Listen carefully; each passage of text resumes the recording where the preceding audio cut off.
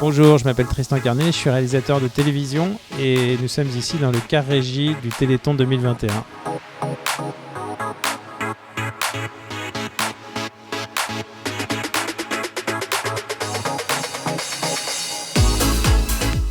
Salut et bienvenue dans l'ombre des médias avec une nouvelle vidéo qui nous emmène aujourd'hui à la rencontre de Tristan Carnet, réalisateur de télévision sur des émissions telles que The Voice, Danse avec les stars, Quotidien, les Energy Music Awards ou encore sur la prise de parole du président de la République et puis sur le plateau du Téléthon également, là où nous allons le retrouver d'ici quelques instants.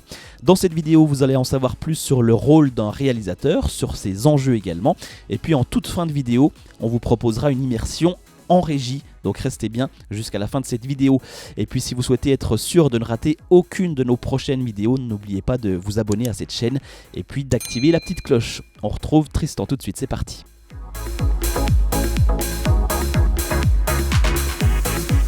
Bien, je suis passé d'assistant réalisateur à réalisateur par Dominique Farrugia que j'avais connu à Canal+, et qui m'a proposé de réaliser une émission sur la chaîne Comédie qui s'appelait La Grosse Émission, qui était une émission en direct tous les soirs avec Cad et Olivier. Donc c'est lui qui m'a mis le pied à l'étrier.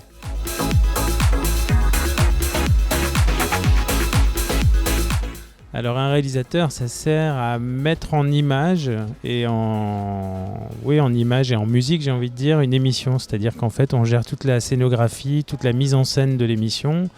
On place les caméras sur le décor.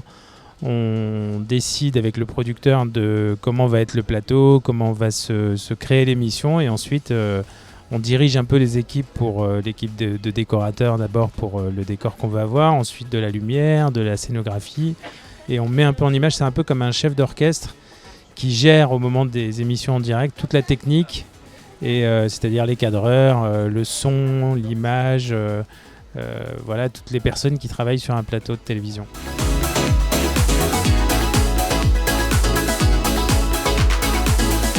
Alors un assistant réalisateur, il est donc l'assistant du réalisateur. Le réalisateur, il est dans une régie comme ici, là, c'est un car régie, c'est comme un sous-marin, on voit tout le plateau mais à travers des écrans. Et on a des assistants, ou un assistant minimum, mais parfois plusieurs, sur le plateau qui eux sont un peu comme nos yeux, qui nous permettent de voir tout ce qu'on ne voit pas sur les caméras, c'est-à-dire ce qui peut se passer hors champ par exemple. Et donc ils sont d'une grande utilité, au-delà du fait que ils aident les animateurs à se déplacer, à leur dire quelle caméra il faut qu'ils regardent et tout. Ils nous permettent, ils nous permettent aussi de nous dire à nous, voilà, il y a un tel qui est en train d'arriver à gauche du plateau, à Jardin ou à Cour, et donc ça nous permet de mettre une caméra dessus. C'est vraiment nos yeux sur un plateau.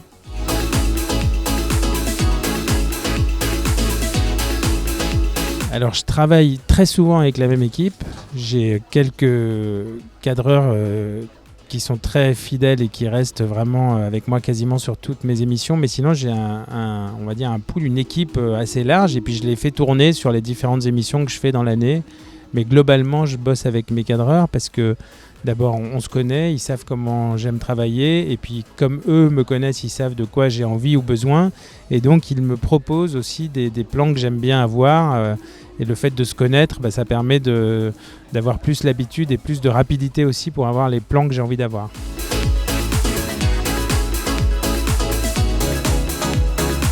Comment on décide le nombre de caméras et le positionnement des caméras sur un plateau, c'est très particulier. D'abord, le nombre, ça va dépendre du budget. Parfois, on a des émissions sur lesquelles les budgets sont limités. Enfin, toutes les émissions, il y a un budget précis, et donc on ne peut pas arriver avec 25 caméras. D'abord, il n'y a pas toujours la place pour les mettre, et puis souvent, ce n'est pas nécessaire. Donc voilà, parfois on nous dit, voilà, tu ne pourras pas avoir plus de 8 caméras sur ce plateau ou plus de 12 caméras sur ce plateau-là. Et ensuite, ça dépend un peu vraiment de la scénographie et de comment le plateau se joue. C'est-à-dire selon que ce soit une table avec des gens qui parlent, ou à l'inverse, un plateau comme ici avec un espace sur lequel il va y avoir des musiciens, des chanteurs, etc. Et voilà, on décide un peu avec le producteur et la chaîne de ce qu'on veut voir. Moi, je place mes caméras, et après, je sais ce qu'une caméra placée à tel endroit va pouvoir me faire comme plan différent.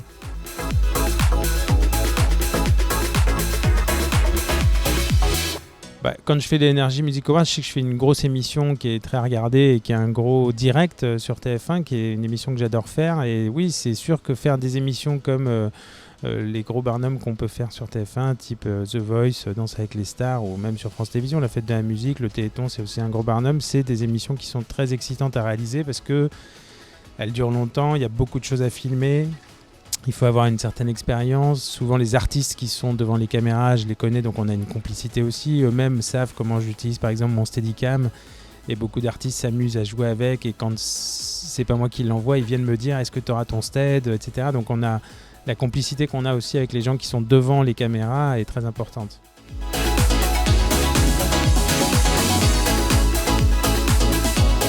Non, je pense pas vraiment aux téléspectateurs qu'il y a derrière leur poste. Enfin, je pense à eux en me disant qu'est-ce qu'ils ont envie de voir sur cette émission-là, parce que quand on réalise une émission, je pars toujours du principe que le réalisateur est là pour montrer ce que le téléspectateur regarderait naturellement s'il était en plateau. Donc, même si on fait des émissions, et je parle vraiment pour toute la technique, qui sont des émissions avec des grosses audiences où on sait qu'il y a 2, 3, 4, 5 millions de téléspectateurs, parfois plus. Par exemple, sur le débat d'entre-deux tours, il y a beaucoup plus de téléspectateurs encore. On n'y pense pas parce que sinon, à part se mettre une angoisse supplémentaire, ça ne sert pas à grand-chose. Il vaut mieux être bien carré sur la technique, savoir ce qu'on fait, se concentrer et surtout bien écouter ce qui se passe sur le plateau.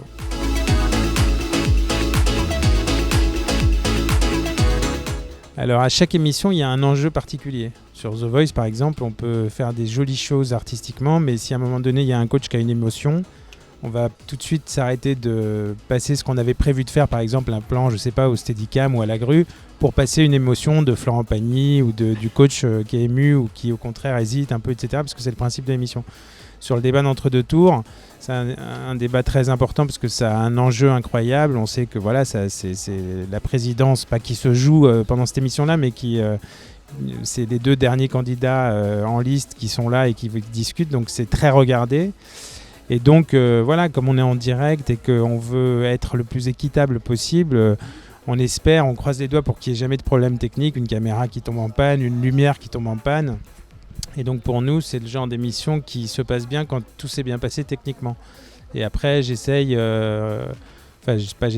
sur le débat que j'ai fait entre le président Macron et Madame Le Pen, j'ai essayé d'être le plus équitable possible en montrant le même nombre de plans d'écoute sur chacun des candidats et voilà, qu'il n'y ait pas un candidat qui puisse me dire « Ah oui, mais lui, on l'a plus vu que moi ou l'inverse ».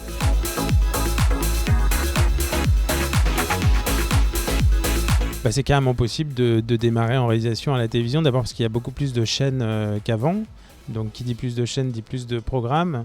Il y a toutes les chaînes du câble qui sont des chaînes super pour démarrer, et puis après il y a beaucoup d'émissions, et puis surtout voilà, il faut venir aussi enrichir ce métier de nouveaux regards, donc tous les jeunes talents de réalisateurs je pense sont vraiment les bienvenus. Voilà, moi j'ai aidé à démarrer mon ancien assistant qui est devenu un super réalisateur aujourd'hui. Voilà, je pense que il faut accepter qu'il y a d'un côté l'expérience et voilà, les années qui font qu'effectivement on peut nous appeler pour nous confier des émissions qui sont un peu peut-être lourdes ou compliquées à faire. Et puis il y a des tas. Moi j'ai démarré sur des petites émissions du câble à l'époque et ça m'a permis de progresser. Heureusement qu'il y a ce type d'émission qui existe pour les jeunes réalisateurs.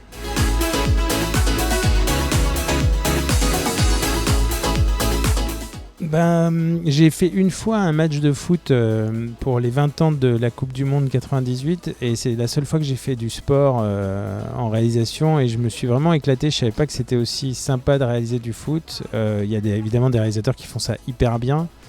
Moi j'ai juste fait ce match-là, mais j'ai touché du doigt un truc qui m'a beaucoup plu. Si j'étais passionné de foot, je me débrouillerais, j'essaierais d'envoyer mon CV pour savoir si je peux réaliser des matchs.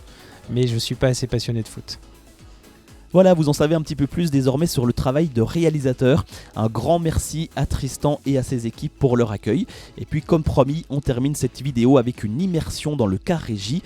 Vous allez découvrir le travail du réalisateur comme si vous y étiez. Regardez. Merci, il y a quelqu'un à la porte. J'arrive dans 30 secondes, attention. Vous avez la même figuration en cours derrière le truc et tout. Là. Ah, il y a mieux ? Je vais découvrir. Et je vous donnerai le top pour l'IP et la musique. Allez, attention pour le générique. Ouais, moi je fais des comptes des antennes pour Karim. 15 secondes. Générique dans 10 secondes.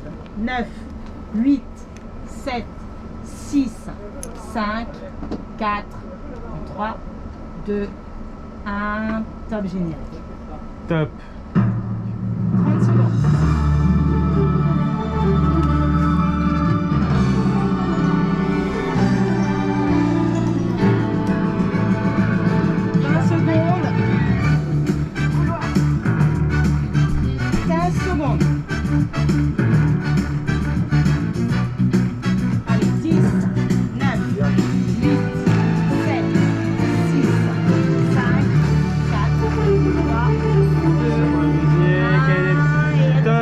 Top musique, top, recule. Est-ce que vous êtes tous en feu ce soir? 3, 2, Je suis en feu. Allez, c'est frères qui font les fins de phrases. Hein. Je suis chaud, je suis en feu. Je suis chaud, Billy et les frères font les fins de phrases. comme Zinedine Zidane face à l'équipe du Brésil. Je suis en feu. Ce soir je suis. Appelle-moi Stéphane Curry. Je suis en feu. J'ai sorti le programme ce soir, je suis près de la ville. Je suis en feu. J'ai mis mes plus beaux tissus, appelle les paparazzis. Je suis en feu. Ce soir je suis intouchable, je danse comme un marcy.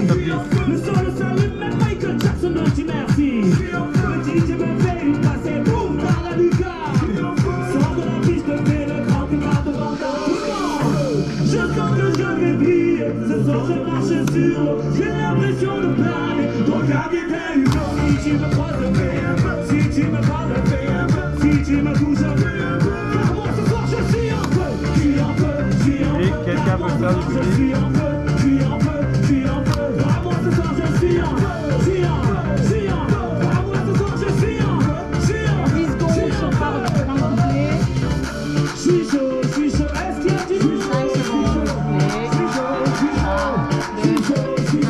comme l'équipe d'Algérie en Top Coupe 10, du Monde au vas-y, Brésil. part, Ce soir je suis un warrior, appelle-moi Stéphane Curry.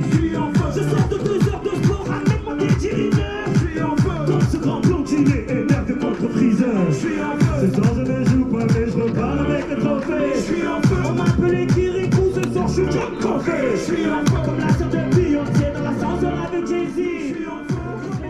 Encore un grand merci à Tristan pour son accueil et puis d'avoir joué le jeu évidemment avec une caméra qui nous a proposé une totale immersion dans le car régie. Merci encore à lui et à toutes ses équipes. On se donne rendez-vous très prochainement pour une nouvelle vidéo sur cette chaîne YouTube dans l'ombre des médias. Pour être sûr de ne rater aucune publication, n'oubliez pas de vous abonner à la chaîne et d'activer la petite cloche. À bientôt. Ce que vous ne voyez pas se cache dans l'ombre des médias.